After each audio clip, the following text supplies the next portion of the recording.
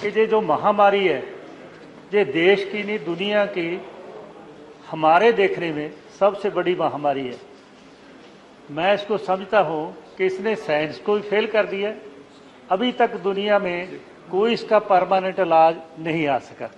इसलिए बजाय इसके कि हम मडस्लाइंग में पड़े कि ये नहीं हुआ ये नहीं हुआ, उसके जाने के बजाय आगे की सोचे। फर्स्ट वेव आई, सेकंड वेव आई, कितना हुआ सेकंड वेव में?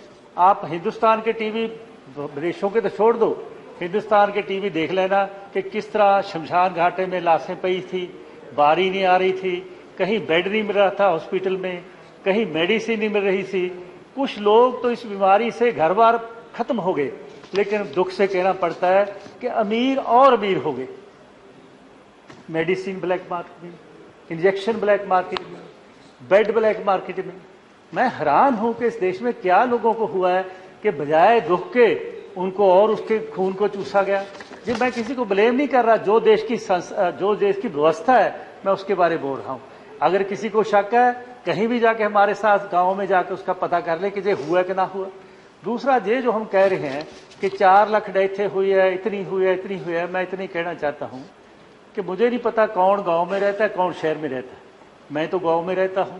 इस हालात में गांव में स्पेशली गए कि वहां बच जाएंगे, लेकिन जब वहां के हालात देखे कि गांव में भी लाशों की लाइना लग रही है, लोग जा रहे हैं, बहुत घबराए, कहीं किसी का नोट्स नहीं। मुझे पता है, मैंने हमारा जिला देखा कि कोई गांव का जो है कहीं नोट्स भी नहीं है। इसलिए मैं सरकार को यही कहना चाहता हूं कि सेकंड वेव भी चली गई, परमात्मा करे थर्ड वेव ना आए।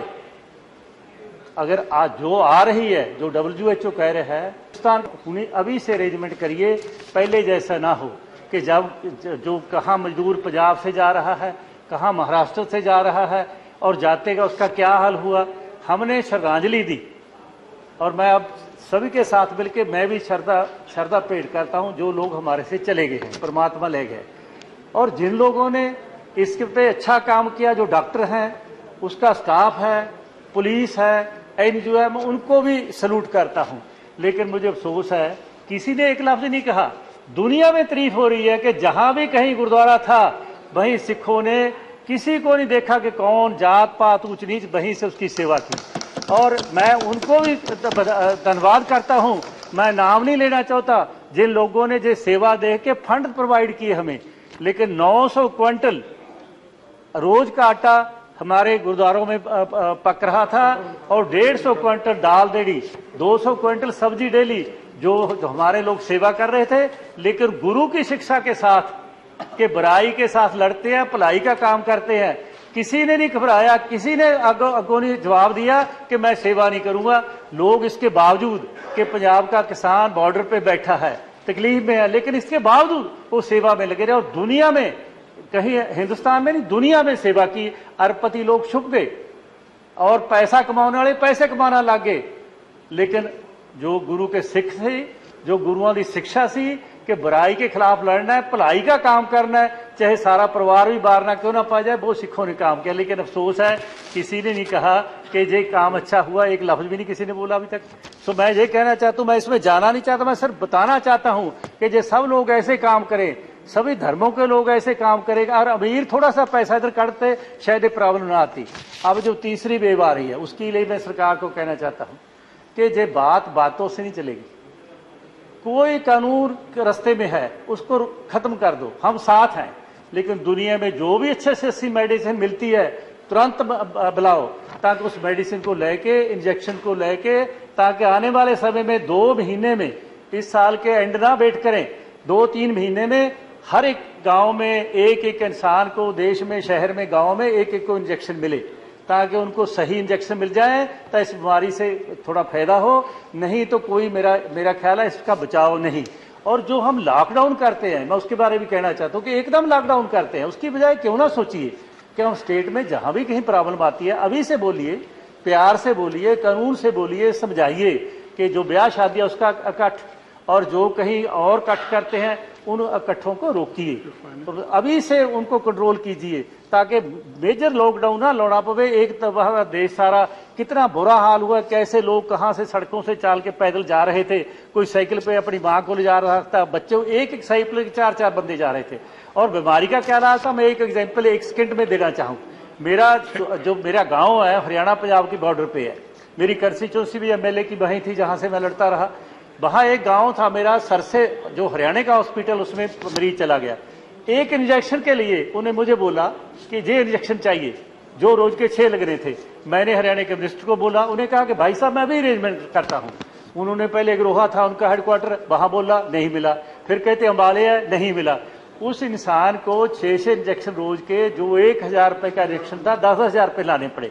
फिर नेक्स्ट हो गया कि फंगस हो गया, फिर उसको मेरा ख्याल है 30 लाख के करीब उसका जो है उस पर खर्चा आ गया, ब्लैक मार्केट का पैसा लगा, लेकिन बेचारा फिर चला गया। ऐसे हालात लोगों में, जो एक मैं मिसाल है तो सभी को इन मिसालों का पता है। इसलिए मैं सरकार को कहना चाहता हूं कि हम सब साथ हैं, जो एक दूसरे को ब्लेम नहीं करना चाहिए। Thank you.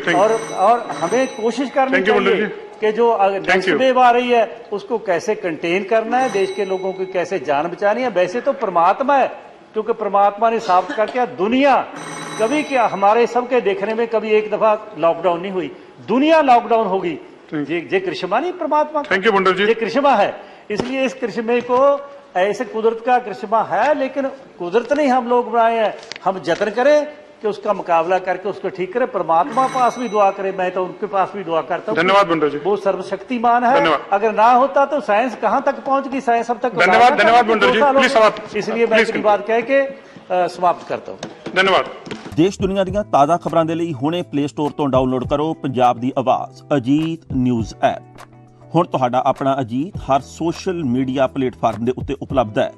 ਫੇਸਬੁੱਕ ਦੇ ਉੱਤੇ ਹੁਣੇ ਲਾਈਕ ਤੇ ਫੋਲੋ ਕਰੋ ਅਜੀਤ ਦਾ ਅਫੀਸ਼ੀਅਲ ਪੇਜ ਡੇਲੀ ਅਜੀਤ, ਤੇ ਹਾਂ ਨਾਲ ਹੀ ਦੋਸਤਾਂ ਨੂੰ ਪੇਜ ਲਾਈਕ ਕਰਨ ਦੇ ਲਈ ਇਨਵਾਈਟ ਕਰਨਾ ਨਾ ਭੁੱਲਣਾ। ਇੰਨਾ ਹੀ ਨਹੀਂ, ਹਿੰਦੀ ਦੇ ਵਿੱਚ ਖਬਰਾਂ ਵਾਸਤੇ ਲਾਈਕ ਤੇ ਫੋਲੋ ਕਰੋ ਸਾਡਾ ਫੇਸਬੁੱਕ ਪੇਜ ਅਜੀਤ ਸਮਾਚਾਰ ਹਿੰਦੀ। YouTube ਦੇ ਉੱਤੇ ਵੀਡੀਓ ਖਬਰਾਂ ਦੇਖਣ ਦੇ ਲਈ ਹੁਣੇ ਸਬਸਕ੍ਰਾਈਬ ਕਰੋ ਅਜੀਤ ਦਾ official YouTube channel Ajit web TV। ਤੁਹਾਡਾ ਆਪਣਾ ਅਜੀਤ ਹੁਣ ਟਵਿੱਟਰ ਤੇ ਇੰਸਟਾਗ੍ਰਾਮ ਦੇ ਉੱਤੇ ਵੀ ਉਪਲਬਧ ਹੈ।